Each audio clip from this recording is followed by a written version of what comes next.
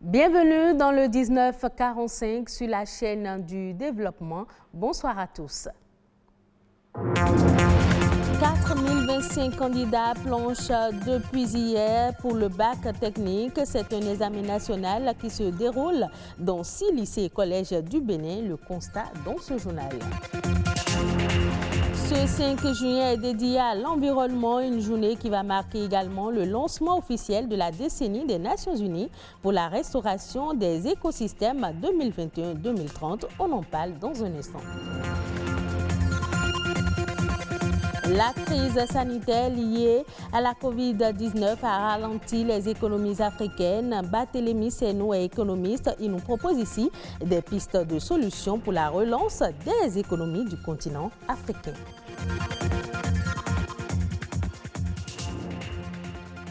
4025 candidats planchent depuis hier dans les séries techniques. Cet examen national initié par le ministère de l'enseignement secondaire se déroule dans 6 lycées et collèges du Bénin. Il s'agit de l'examen national du baccalauréat des séries comme le génie civil, électronique, eau et assainissement, électrotechnique et bien d'autres. La délégation a fait le tour des collèges pour constater l'effectivité des examens au lycée Koulibaly de Cotonou. Émile Azopota. Il est 8h pile ce vendredi au lycée Koulibaly de Cotonou. Ces candidats de différentes filières techniques planchent pour l'examen national du baccalauréat des séries F3, F4, G1, G2 et bien d'autres. F3 qui a 352 candidats. Et la série F3, c'est l'électrotechnique. Il y a la série F4 qui a 483 candidats. Ils ont démarré ce matin dans 20 salles différentes. Nous avons la série E, qui est une série spéciale qui n'a que 25 candidats et qui sont répartis en 4 groupes. Nous avons la série G2, G1, qui a une série de secrétariat, qui a 142 candidats. Et la série EA, eau et assainissement, qui a 95 candidats. Les séries technologiques ont commencé aussi. Et tout se passe très bien. Et d'ailleurs, il pleut. C'est que nous sommes bénis par la pluie. 4025 candidats composent cette année sur toute l'étendue du territoire national dans 6 centres. L'exercice initié par le ministère de l'enseignement secondaire à travers la direction de l'Office du baccalauréat s'inscrit dans la vision de l'État central de doter le Bénin d'un fort potentiel de techniciens. C'est une très bonne organisation. Les enfants travaillent avec beaucoup de souplesse. Ils sont très, très épanouis dans ce qu'ils font. Et voilà, c'est très bien organisé. Tout est calme. Et chacun sait ce qu'il doit faire. Et chacun fait ce qu'on lui a dit de faire. Pour le bon déroulement de cet examen, des comités de suivi ont été installés dans chaque centre de composition. Pour le compte de cette année, on note une augmentation du nombre de candidats et la création de nouveaux centres de composition à Porto Novo et à Parakou. Une dynamique dans la vision d'une éducation technique de qualité au Bénin. La journée mondiale de l'environnement est célébrée le 5 juin. La restauration des écosystèmes est le thème choisi pour marquer cette édition et sera axé sur le rétablissement de notre relation avec la nature. Cette célébration marque également le lancement officiel de la décennie des Nations Unies pour la restauration des écosystèmes 2021-2030. La décennie des Nations Unies a pour but d'intensifier massivement la restauration des écosystèmes dégradés et détruits pour lutter contre la crise climatique, prévenir la perte d'1 million d'espèces et améliorer la sécurité alimentaire, l'approvisionnement en eau et les moyens de subsistance. Amandine Anioussou. L'environnement est un bien public, gratuit, accessible à tout le monde. Il répond aux besoins des êtres humains et fournit tout ce qui est nécessaire à notre survie. Lorsqu'on parle de l'environnement, c'est le cadre de vie, c'est la nature. Si ton cadre de vie n'est pas propre, donc on parle d'hygiène, ce n'est pas la peine que tu continues à vivre, quoi. Et il faut poser des actes concrets pour montrer à toute la famille, tes enfants, voici ce que veut dire cadre de vie. Là où nous sommes, nous devons être propres. Déjà à partir de là, nous avons une bonne santé. Ensuite, qu'est-ce qui nous permet d'avoir de l'oxygène, de respirer? Vous voyez, c'est tout ce qui est autour de nous. C'est les arbres, c'est les plants, c'est les animaux, les insectes, tout ce que nous avons autour de nous. Même le soleil fait partie de l'environnement. Contrairement aux animaux, les êtres humains ont tendance à transformer leur environnement. Ils utilisent ce qui les entoure pour améliorer leurs conditions de vie. Les menaces à l'environnement sont nombreuses. Au niveau des écosystèmes, par exemple, il y a les coupes frauduleuses, la chasse illégale, la chasse illicite. Au niveau de nos environnements immédiats, il y a la malpropreté. Nous encombrons les lieux marécageux pour ériger des bâtiments. Après, il y a inondation. On demande de ne pas utiliser des sachets. Les gens continuent de faire. Vous voyez, c'est des comportements qui sont mauvais. Si tant est que nous avons besoin de l'environnement, il ne faut pas qu'on ait des comportements qui vont nuire à cet environnement et à la suite, c'est nous, autres humains, qui allons subir les dégâts. Des écosystèmes en bonne santé sont indispensables pour améliorer les conditions de vie des populations.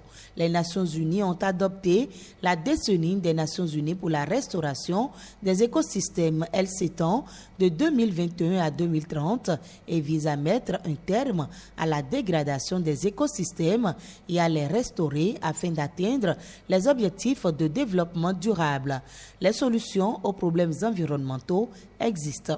Aujourd'hui, il y a pas mal de solutions, il y a pas mal de propositions de solutions qui sont au niveau mondial, au niveau local. Donc, essayez d'utiliser toutes ces solutions. Ce que nous faisons, ce n'est pas pour les autres, c'est pour nous-mêmes. Donc, l'élément principal, c'est le changement de comportement vis-à-vis de la nature dont nous vivons et dans laquelle nous vivons. Un environnement sain est un paradis pour les êtres humains. Il est temps d'agir en masse pour le préserver. C'est aussi l'occasion d'intégrer pleinement les solutions fondées sur la nature dans l'action mondiale pour le climat.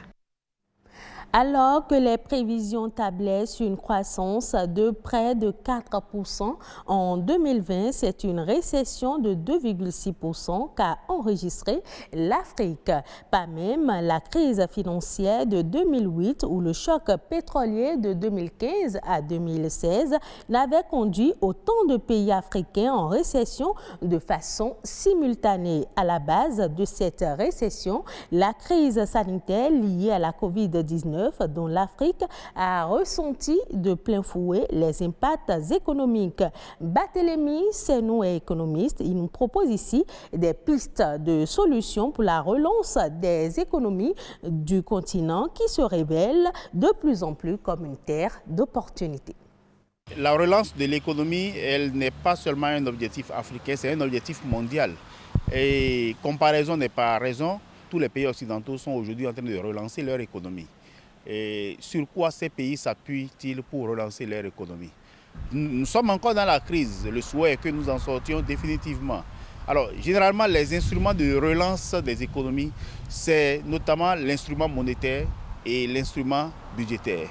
Mais malheureusement, aussi bien l'instrument monétaire que l'instrument budgétaire, leur utilisation, ça pose des problèmes dans les pays africains. Nous n'avons pas un instrument monétaire parce que nous n'avons pas de monnaie. Nous n'avons pas une monnaie sur laquelle nous pourrons nous appuyer pour pouvoir relancer notre économie.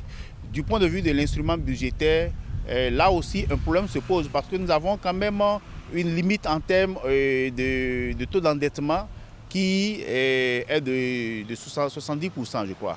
Mais malheureusement, dans le contexte actuel, tous les pays qui s'en sortent en matière de réduction donc, ou de lutte contre les conséquences de la crise, c'est sur la dette que ces pays s'appuient.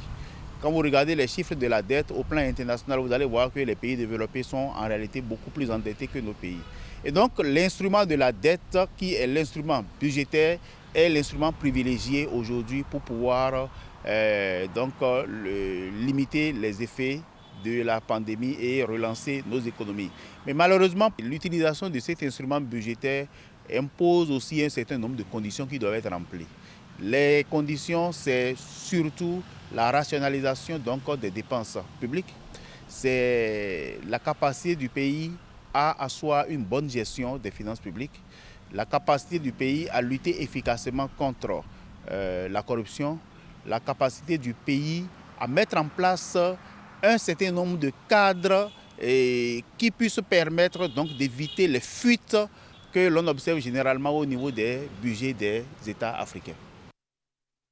Le Bénin va bénéficier d'un financement français de 42 millions de dollars, soit environ 23 milliards de francs CFA, destinés à des projets culturels. C'est ce qu'a annoncé le gouvernement béninois dans un communiqué. L'accord de financement a été signé entre l'Agence française de développement et le ministère béninois de l'économie et des finances, constitué d'un don et d'un prêt.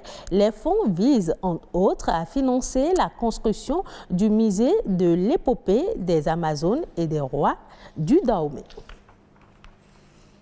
Au Nigeria, la Banque centrale n'a toujours pas levé son interdiction des transactions et des comptes en crypto-monnaie. Cette annonce a provoqué une onde de choc important dans l'une des 3 premières nations à utiliser le Bitcoin. Sur les 5 dernières années, des millions de Nigérians et Nigérianes ont investi massivement dans cette monnaie virtuelle. Suivons le reportage de nos confrères de France 24. En un an, Michael Windare a investi près de 5 000 $ dans les crypto-monnaies. Il a réinjecté ses bénéfices dans des projets comme cette école privée. Mais désormais, l'homme d'affaires se dit piégé, car la Banque centrale interdit de convertir en Naira des monnaies virtuelles qu'elle accuse de financer le terrorisme ou encore le blanchiment d'argent. En ce moment, je paye les salaires de mes employés à partir des plus-values. Depuis que c'est interdit d'échanger des bitcoins en Naira, je n'ai pas généré suffisamment pour les payer. Nous avons passé la fin du mois, donc je vais devoir leur donner à chacun un montant d'argent décent. De nombreuses entreprises comme Patricia Technologies ont bâti depuis 2017 leur succès sur ces devises virtuelles et leur très forte croissance. Alors l'équipe de Chris Okafor s'active 24 heures sur 24 pour sécuriser les portefeuilles de leurs 1000 clients. De nombreux comptes ont été gelés. Certains détenteurs de Bitcoin paniquent et espèrent un revirement rapide de position de la CBN. Cette interdiction a stoppé la dynamique autour des crypto-monnaies. Cette décision va avoir un impact sur l'économie locale, car de nombreux jeunes utilisent désormais le Bitcoin comme monnaie courante. Plus de 50 millions de Nigérians ont déjà effectué une transaction dans une monnaie virtuelle pour un montant moyen de 82 €. Dans ce pays où la devise nationale est instable car régulièrement dévaluée, les crypto-monnaies séduisent par leur simplicité autant que pour leur gain potentiel. Mais la mise hors jeu des banques nigérianes par la Banque centrale ouvre la voie au détournement de fonds car il n'y a plus d'intermédiaires. Les personnes qui font des transactions en Bitcoin font des affaires directement avec d'autres personnes. Et ce n'est pas sûr à 100%.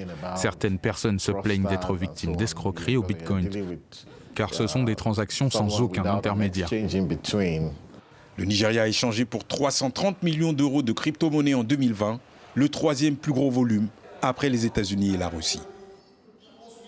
Ainsi prend fin ce journal. Merci de l'avoir suivi. Retrouvez cette édition sur le site de l'ORTB, www.ortb.bj. Passez un agréable week-end en compagnie de nos programmes.